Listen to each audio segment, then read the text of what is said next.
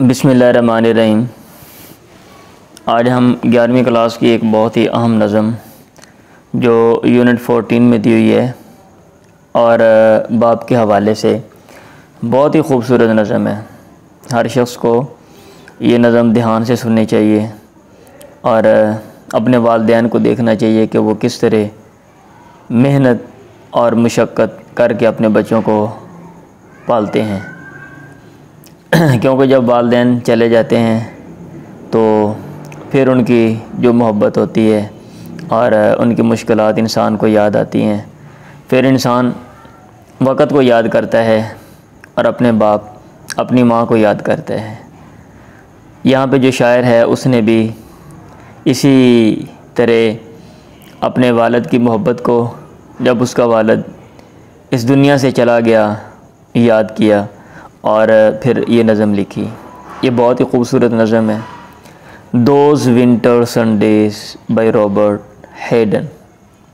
वो विंटर मौसम सरमा की Sundays इतवारें।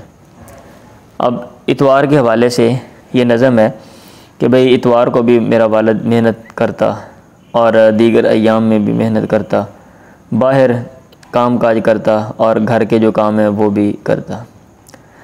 Sundays too my father got up early and put his clothes on in the blue black cold. Sundays ये plural है, इतवार इतवारें, इतवारों to को भी my father got up मेरा बाप उठता। get up early कहते हैं सुबह सवेरे उठना, got up early सुबह सवेरे उठता। अब क्योंकि ये माजी की बात है तो इसको पास्ट इंडेफिनिट माजी मुतलक में बयान किया गया है। और माजी की कोई बात होती है, कोई स्टोरी, कोई कहानी, कोई वाक़या, आप समझते हैं कि उसको माजी मुतलक में यानी वर्ब की जो सेकंड फॉर्म होती है वो लगाई जाती है। तो यहाँ पे आप देखें, अगर आपको ये चीज़ें समझ आती हैं तो फिर आपको ट्रांसलेशन सही समझ आएगी और पढ़ने का मज़ा आएगा। संडेज़ टू इतवारों को भी my father got up early मेरा बाप जल्दी उठता। And put his clothes on, put on का मैन होता है पहनना और अपने कपड़े पहनता। अब यहाँ पे भी सेकंड फॉर्म लगी हुई है, क्योंकि पुट की तीनों शक्लें एक जैसी हैं, पुट पुट पुट, तो यहाँ पे सेकंड फॉर्म है। इसलिए जो वर्ब की तीनों शक्लें हैं वो याद करना तालिब इल्मों के लिए बहुत ही अहम और ज़रूरी है। In the blue black cold, नील गों स्याह सर्दी में, ब्लू नीला, नील गों ब्लैक स्याह, कोल्ड सर्दी में। मतलब ये है कि इतनी ज़्यादा सर्दी होती थी कि जो इंसान है वो भी काले और नीले जो है ना वो हो जाते थे। होता है ना हमारे यहाँ सर्दी बहुत ज़्यादा हो तो इंसान को जो वजूद है वो नीला पड़ जाता है। तो वो ये कह रहे हैं ब्लू ब्लैक कोल्ड। या फिर ये भी ये मतलब इसकी ये भी तो जी हो सकती है कि मतलब एक तो ये जो मैंने बात की है, दूसरा ये एक ब्लू ब्लैक कोल्ड मतलब ये है कि सूरज ही नहीं निकला और इतना कि जनाब जो आसमान है वो काला और नीला है, सर्दी इतनी ज़्यादा है कि सूरज का नामो निशान ही नहीं।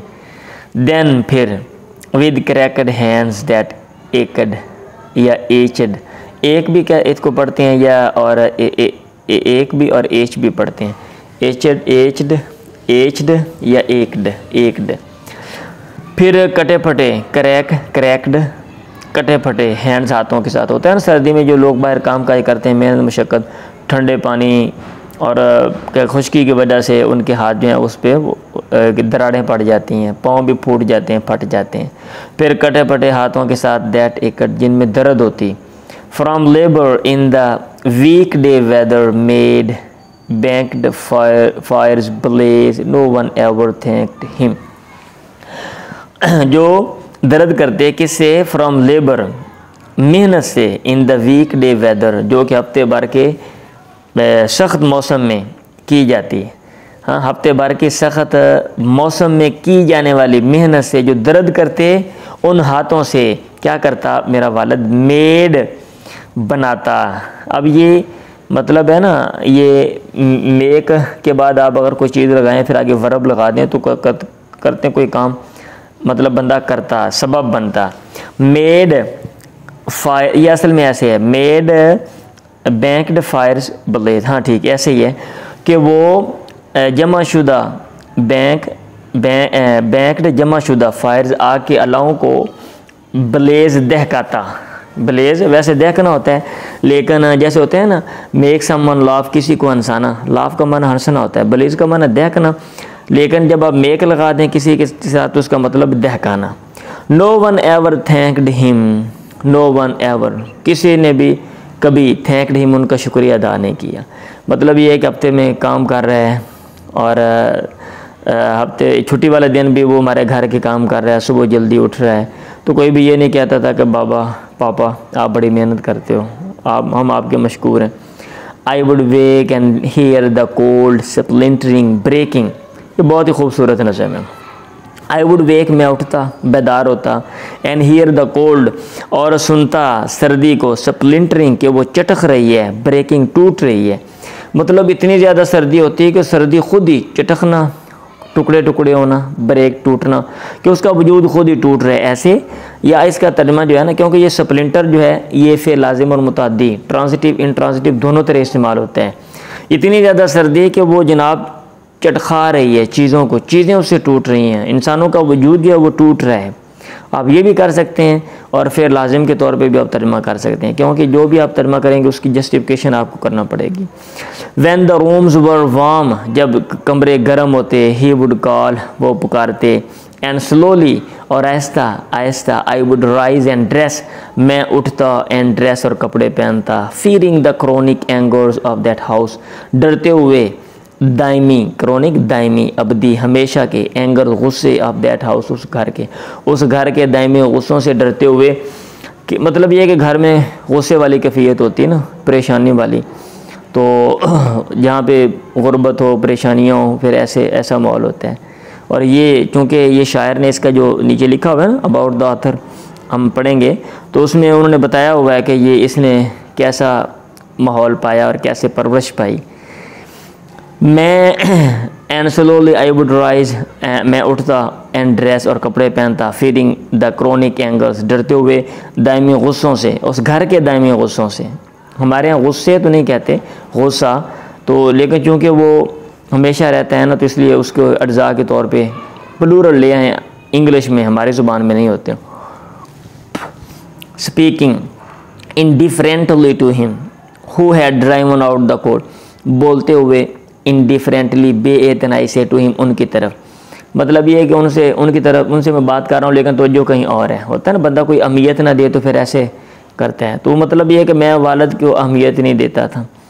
मैं उनसे बोलते हुए पूछता, who had driven out the cold, किसने भगाया है, ड्राइव आउट बाहर निकाल देना, द कोल्ड सर्दी को, and polished my good shoes as well, और किसने चमकाया है माई गुड शूज़, मेरे अच्छे जूतों को, एज वेल, अच्छे तरह। मतलब ये है कि मैं पूछता, अब्बू जी ये सर्दी को किसने भगा दी है, सर्दी कहाँ चली गई है, जूते मेरे किसने पॉलिश किए हैं। What did I know of love's austere and lonely offices, मैं क्या जानता था, What did I know, मैं क्या जानता था, of love's, मोहब्बत के, austere, सख्त, and lonely, और तन्हाई की, ऑफिस, जिम्मेदारियाँ। मतलब ये है कि लव, बच्चों के लव और मोहब्बत की वजह से जो वो सख्त और वो ज़िम्मेदारियाँ जो इंसान तन्हाई में करता है, मजबूरियों की वजह से करता है, उनके बारे में, उनकी इम्पोर्टेंस, उनकी अहमियत के बारे में मैं उस वक़्त बिल्कुल नहीं जानता था। ठीक है, तो इसमें वाइल्ड रीडिंग और जो है ना इसमें ये भी आप देख लें, प्री रीडिंग, इसमें आपने ये देखना है कि what are some ways parents show love and care that might go unnoticed, ये भी आप पढ़ने साथ। व्हाट आर सम वेज, कौन से वो तरीके हैं, पेरेंट्स शो, जो वालिदैन दिखाते हैं, जिन तरीक़ों से लव और केयर, एहतियात, दैट माइट गो अननोटिस्ड, जो कि अमूमन जिनकी तरफ तवज्जो नहीं जाती।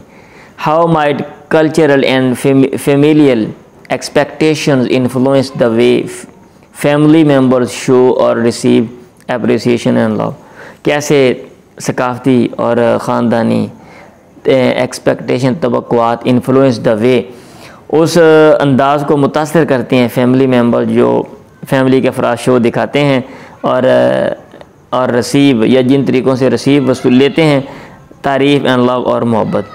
तो while reading what do the cracked hands that ached reveal about the father's daily life. क्या क्रैक्ड हैंड, ये जो लफ्ज़ हैं दैट एकड, ये जो नज़म के अंदर आ गए, ये क्या रिवील ज़ाहिर करते हैं about the father's daily life, बाप के रोज़मर्रा की ज़िंदगी के बारे में, and the type of work, और उस काम की किस्म के बारे में ही डज, जो वो करते हैं। तो ये वाइल रीडिंग, और फिर वाइल रीडिंग में ये भी है कि आपने ये चीज़ भी ज़हन में सोचनी है, इस पर गौर करना है। How does the speaker react to the father's call, कैसे स्पीकर रिएक्ट करता बाप की पुकार पे, टू वेक अप, के वो जाग जाओ, कि वो क्या करता था। लेकिन ये बहुत खूबसूरत नज़म है, ठीक है।